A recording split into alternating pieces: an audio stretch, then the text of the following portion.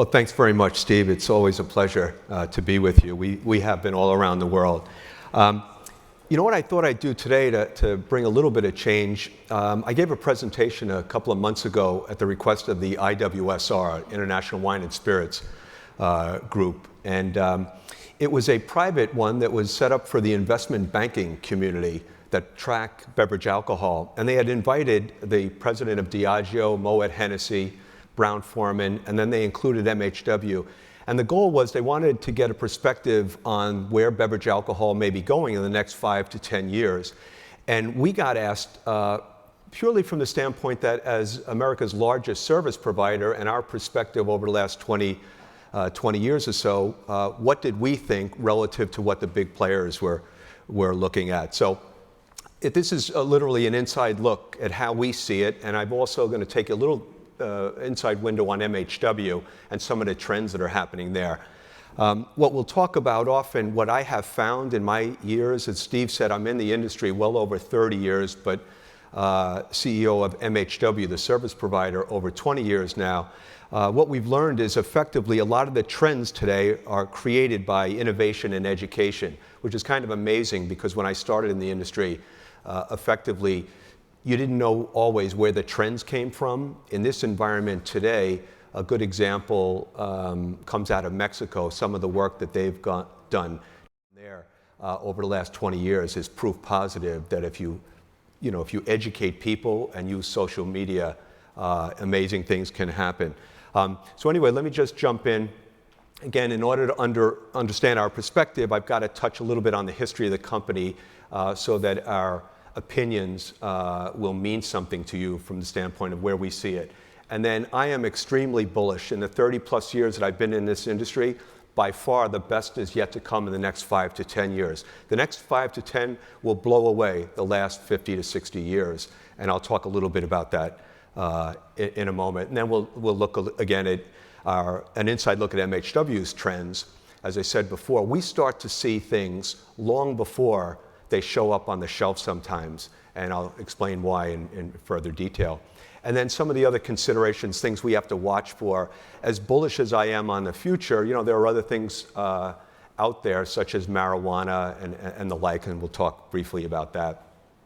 So just as Steve mentioned, and Donna referenced Prohibition ending in '33, you see a little bit of a perspective. Our corporation was actually incorporated right after Prohibition ended, 1934, Monsieur Henri Wines. And then it was, as Steve referenced, it was effectively in 1959, Khrushchev and Nixon, if you look closely, that's a Pepsi that Khrushchev had in his hand. And there were, of course, no Western products, no Coke, nothing.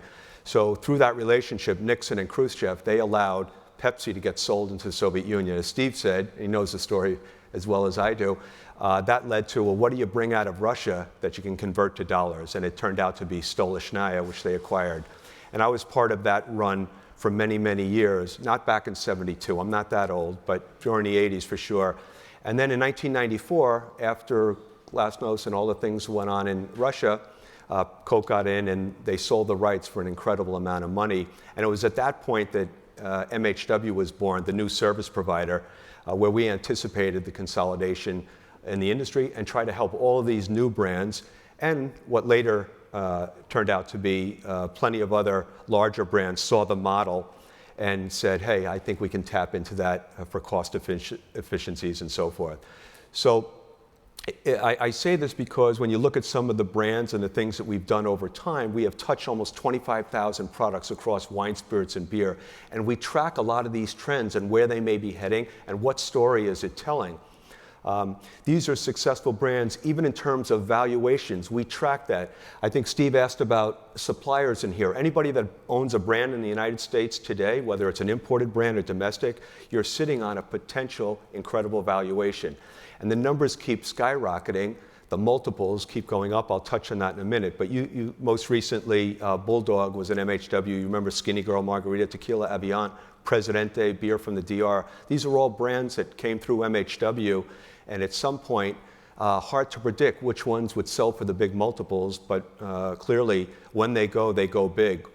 As far as how I see the next 5 years plus to 10 years, I can tell you again, growth rates will go back, in my opinion, to pre-recession rates. Those would be today where wine is between 1 and 1.5% growth. Steve and I remember being in multiple countries looking at 3 to 4% growth rate every year prior to 2008 in wine and spirits. And beer, of course, would hold, if they could hold steady, they were happy. What we see is, again, the growth rates now are down a little under 2% for wine and about 2% for spirits. Those will rise back up to the 3+ range in the coming years. And beer, which has been losing share, again, keep in mind that beer represents about 3 billion cases versus 330 million in wine and 220 million in spirits. When you look at those numbers, if beer can hold steady, I have them running at 0 to +5% off and on over the next 5 to 10 years. I've said this before, I truly believe it, an old cliche, but the perfect storm for beverage alcohol is sitting with us right now, and it's only going to get better in the next 5. Some of the growth rates, I think, as I said, are going to be phenomenal. I talked about some of the reasons why. Even federal and states are behind it. In our state, in New York right now, Governor Cuomo has done some amazing things that I wouldn't have thought possible years ago in terms of trying to build businesses, keep businesses in New York, whether they're breweries, distilleries, or importers. Most recently with a new permit that allows an importer to headquarter themselves in New York without having to go out and spend $30,000 for a wholesale license. Federal government hired 21 new people last year to handle the influx of labels and formulas that are coming in. Today you can get a formula approved in 2 to 3 days, a label out in 4 to 5 days. Used to be 3 to 4 weeks. So the government is doing everything they can. Obviously, we talk a little bit about the big industry players. They're all watching you as suppliers and brand owners right now. Anything that's showing growth rates of 5 to 10, 15%, somebody's got an eye on you.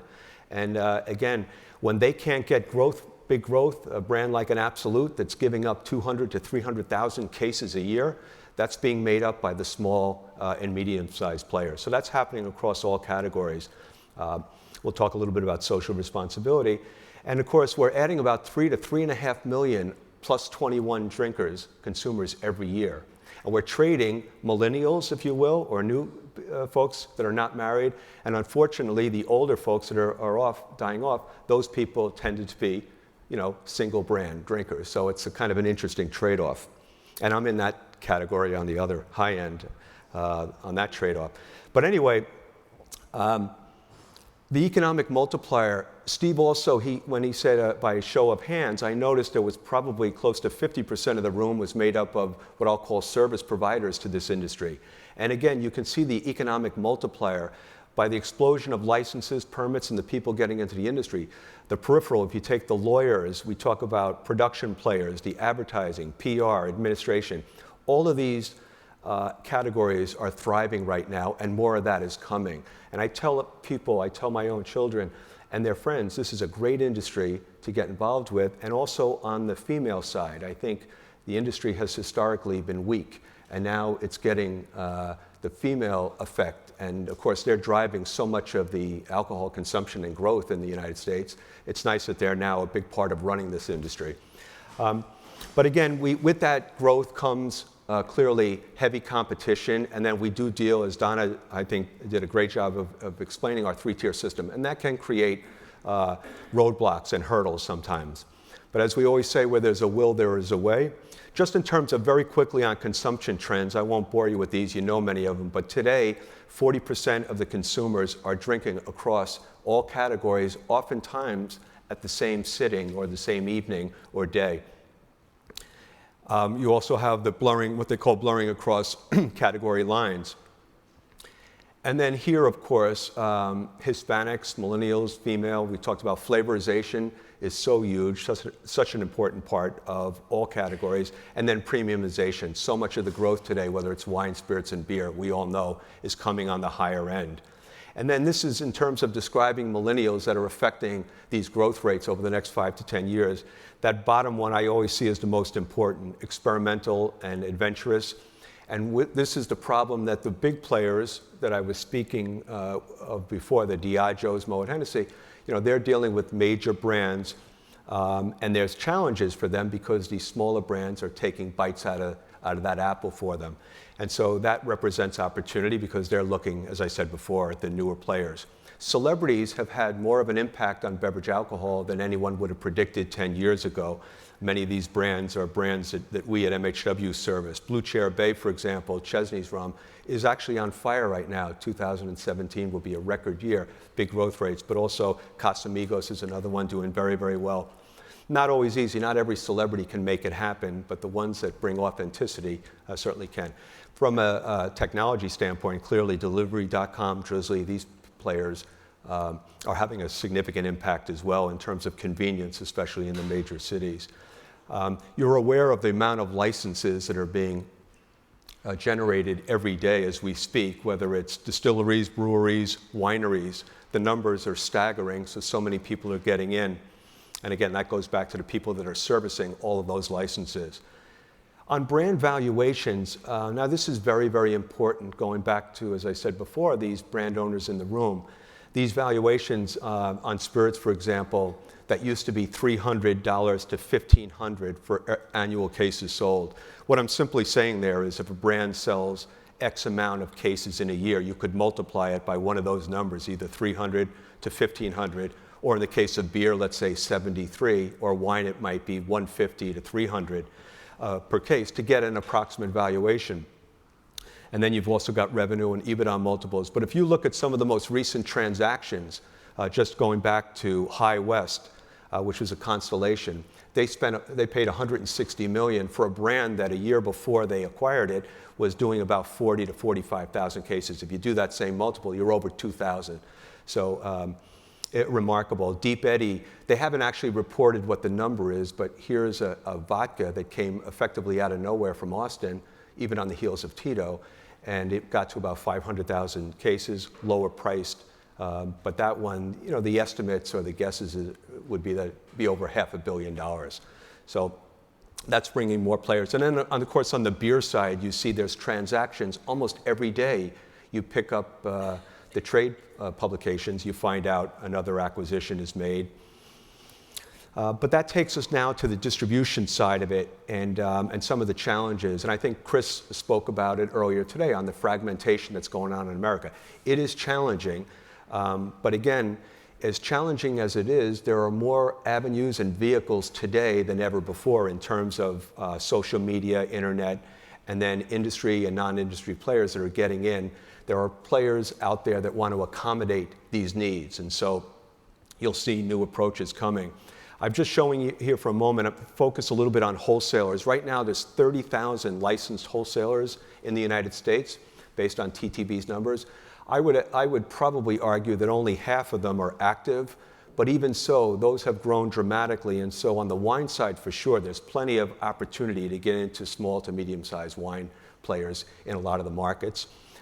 Beer is still very, very tough, I'll acknowledge that. And on the spirit side, we'll see in a moment, there's a lot of assistance there coming from beer wholesalers that are now handling spirits and so forth. One of the other great factors that we track are the amount of retail outlets. We're up 90,000 plus in the last 10 years. Right here in New York, a lot of the fast food locations, if you take Shake Shack and others, have all got beer and wine licenses and so forth. So there's more of that coming. This number, that 90,000, over the next 10 years, in my opinion, will more than double on additional. And then in terms of availability, this is just a breakdown showing where the growth is across all the categories, wine, spirits, and beer, in the off-premise. And then brand approaches to markets.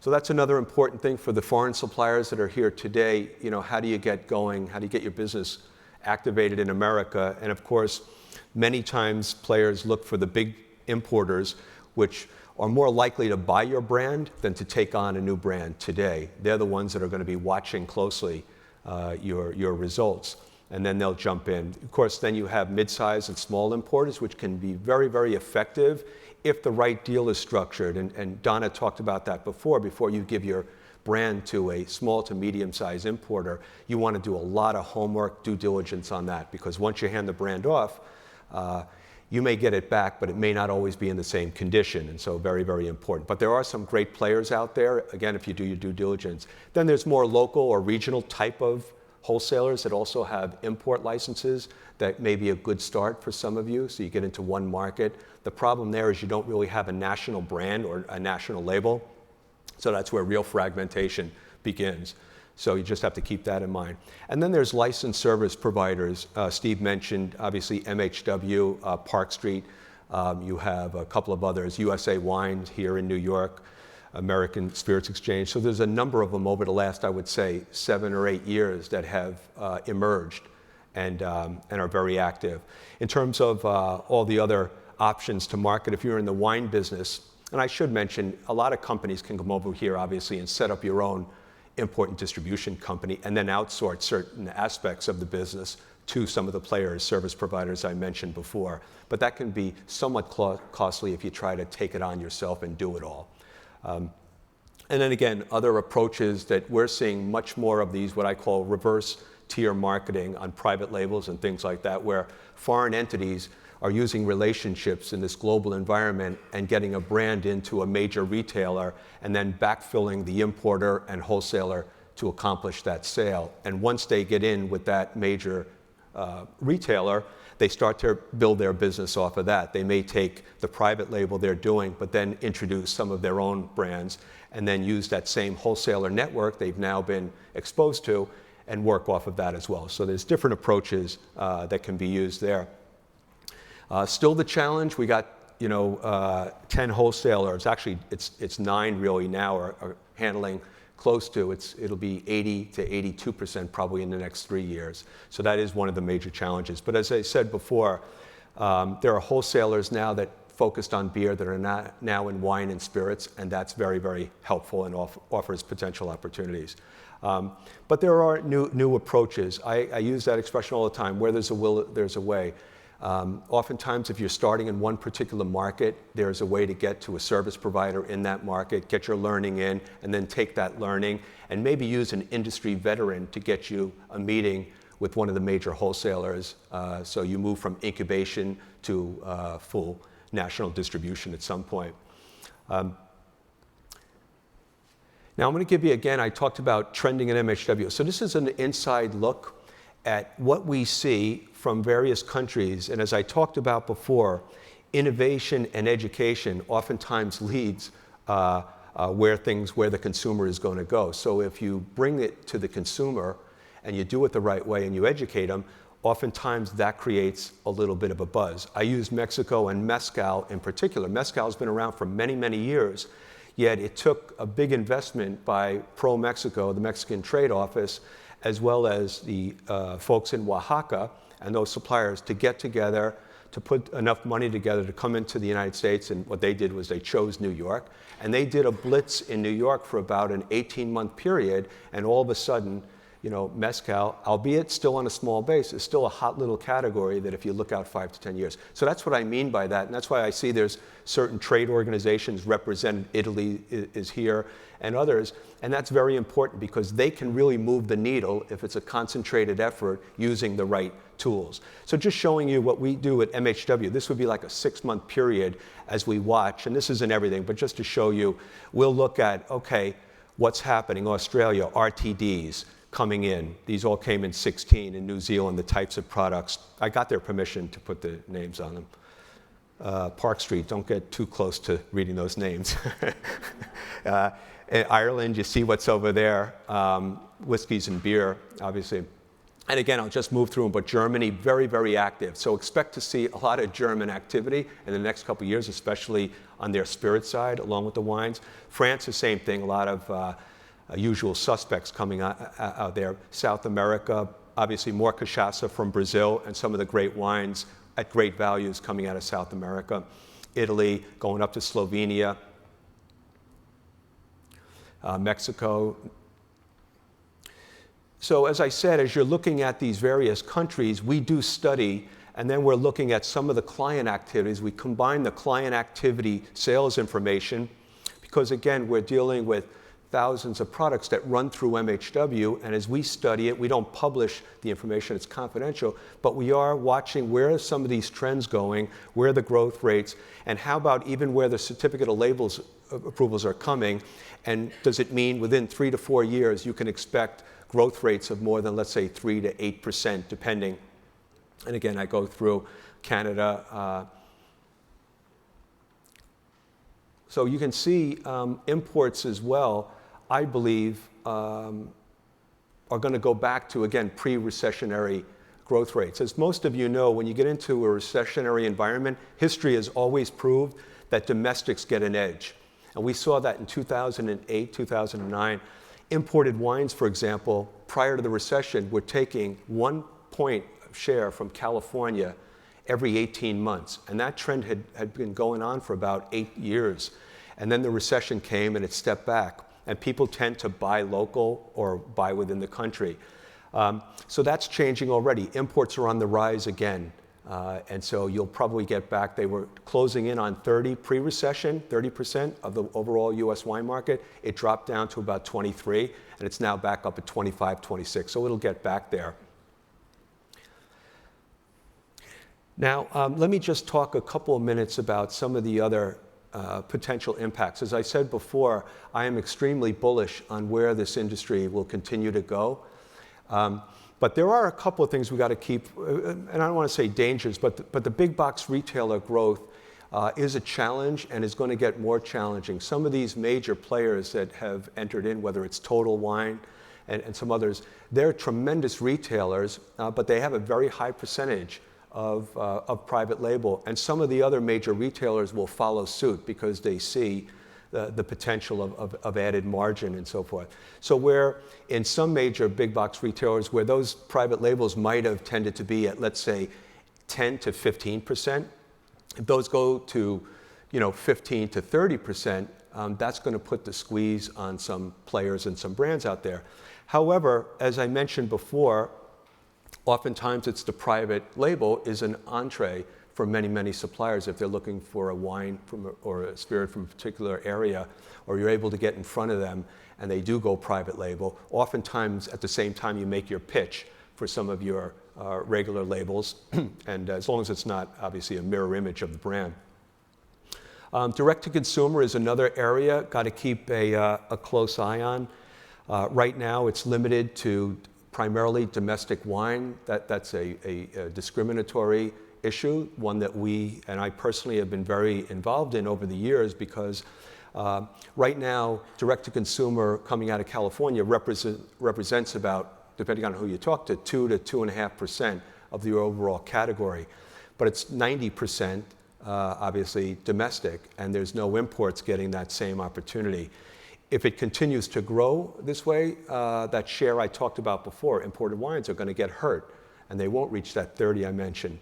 And so we're working on some things there. I think the biggest goal for importers in the room is that the importer should, in my opinion, replace what would be the California winery, if you will, or domestic winery, and be in a position to import wine under their care, and then once it's imported into the United States, ship a certain percentage of that direct to consumers using the same guidelines, procedures, and tax structure that the domestic wineries have. So we'll have to keep, and if you get your opportunities, I know Italy, their trade organization is here.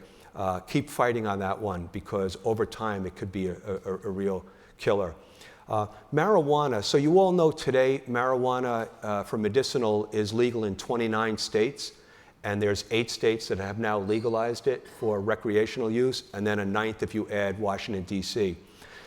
We're watching that closely, not that we can see it, we're just watching what the trade says about it, and the closest information, or maybe the best read you have on it now, is probably coming out of Colorado and Washington and Oregon, where they've had marijuana recreational legal now for a longer period, a couple years. And what they're saying right now, at least the initial report, this came out of a consulting firm called Cowen Industries, and they were saying that the big hit is being taken by Budweiser, Miller, and Coors. And it's quite significant, surprising. So wine and spirits have really not been affected from any of the numbers, which I think is very, very good. And what's also good, I don't know if anybody here cares that much about Budweiser or Miller and Coors in terms of where their growth or losses may be coming from, but it's not apparently it's not affecting the craft products. So that's very, very good. And Miller, Coors, and Bud they've got their challenges as it is. So this is going to be one more for them. So that's very, very encouraging based off of limited information. So we'll have to see where that all goes. Taxes and border equalization. This is another extremely important topic for all imported brands that are in here. You're aware that this new administration was talking about a 20% hit on imported products, and wine, spirits, and beer were going to be among those that would be affected. Now, the most recent information we have, and industry players, we've got lobbyists down there working on this, but the most recent information says that they're not focused on it at this moment, but there are Republicans down there that want something done on this, whether it's 20% or something less. We'll have to see. But when you have an opportunity to talk to your congressmen or senators, talk about this point, because it would be somewhat devastating, a 20% hit.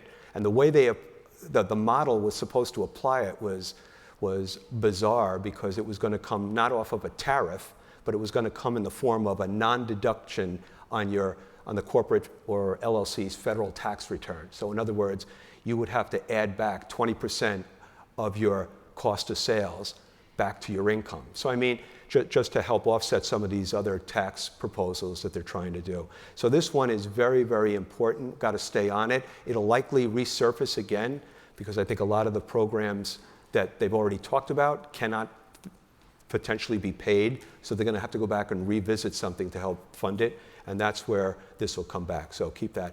And then, of course, I always end with social responsibility. What makes this industry so great, and all these growth rates I'm talking about, is the fact that from a responsibility standpoint, the industry, I feel, is doing its utmost to protect those that are under 21. And then also, in other areas, in terms of making sure that exposure of products that can influence people, I think there's a pretty good balance right now. I think as marijuana starts to work its way into we'll say national distribution, when that will be, we don't know, but my gut would tell me that within the next 4 to 5 years, I don't know if it gets through this first administration or the first term, but I would say if you've got 29 states now, there's a tipping point where I think the Fed has to get involved because of the dollars and so forth, and the inability to pick and choose who you regulate and when you're going to regulate. So that's going to bring, I think, a little bit of more pressure on our industry as well, because there may be some changes in laws and so forth that affect beverage alcohol, as some of the same agencies are likely to be handling both and controlling both. I would envision TTB will be the ones that'll provide all oversight over marijuana. Eventually, that would be, I would think, the most logical place. And the same thing where we're seeing in most of the other states, where it was the liquor control boards that have been actively involved. So anyway, that's the quick review of how I see the future. And then I tried to leave a couple of minutes if there's any questions that anybody might have. Feel free to throw them up at me now, or certainly I'll be around during the break. Yes? Today? Yeah. Could you repeat the question? Yes. The question was, how is direct-to-consumer structured within the system today? Effectively, there's a couple of different approaches that states have taken, but the primary one is that most states, and they're acting in a reciprocal mode. So a state like California is allowed, their wineries can ship to consumers in, I think it's upwards of almost 40, could be 40 states or more, direct from the winery, oftentimes limited in the course of a year as to how many cases one consumer can buy. But they can ship primarily domestic wines to about 40 states. And then a state like New York would have reciprocity. They will also allow their wineries to ship to consumers. In some states, then, they allow retailers can actually get involved in taking wine that they've purchased, brought into their store, and can actually resell to consumers outside of their state. And then there's other players like MHW, for example. We have what's called a Type 20 license in California, and that allows us for mail order and direct-to-consumer. You can also ship wine and beer to certain states. And then there's other programs that allow where a product can come in and actually operate through the three-tier system. So it's kind of a hybrid, but the most common is the one I described, the domestic player. And that's where sort of the injustice is that, why should just domestic wineries be able to do that without the importers getting that chance? Sure. Anything? Yes? Yeah, so you spent a lot of time talking about the potential impact of marijuana. When you ask around and you talk to people, you hear a lot of anecdotal stories about it, but now you've had, I think Washington State's had it legal for a year and a half. I think Colorado's had it for a little bit over 2 years. Is there any hard data that you see beyond just anecdotal in those two states that you would point out as a trend, or are you just kind of highlighting it from a much higher level? Well, the only number statistics, I know Miller Coors lost 4.5% of their business in Colorado, Oregon, and Washington. And that was the first read. Now I'm quoting, as I said, Cohen Industries, a consulting firm that I had read, but that was the real, I think, first glance at a major impact. Before it was more anecdotal, I would agree with you, but when I saw those numbers, and Bud wasn't far behind them. So what does it mean? It just, I guess those consumers were the first ones to react. I'm not sure what to make of it, but the positive side of it was the information I described before, where, the wine and craft and all that, they seem to have dodged any of that. But those are the numbers. I think it was anywhere, actually Scott's in the back. We were studying those numbers recently. I think I'm right on that. I would say 3.5% to 5%, depending on whether it was Bud, Miller, or Coors. Yeah. Okay, well, thank you very much for your time. And as I said, anybody comes up with a question, I'm here over the next hour or so. Thank you.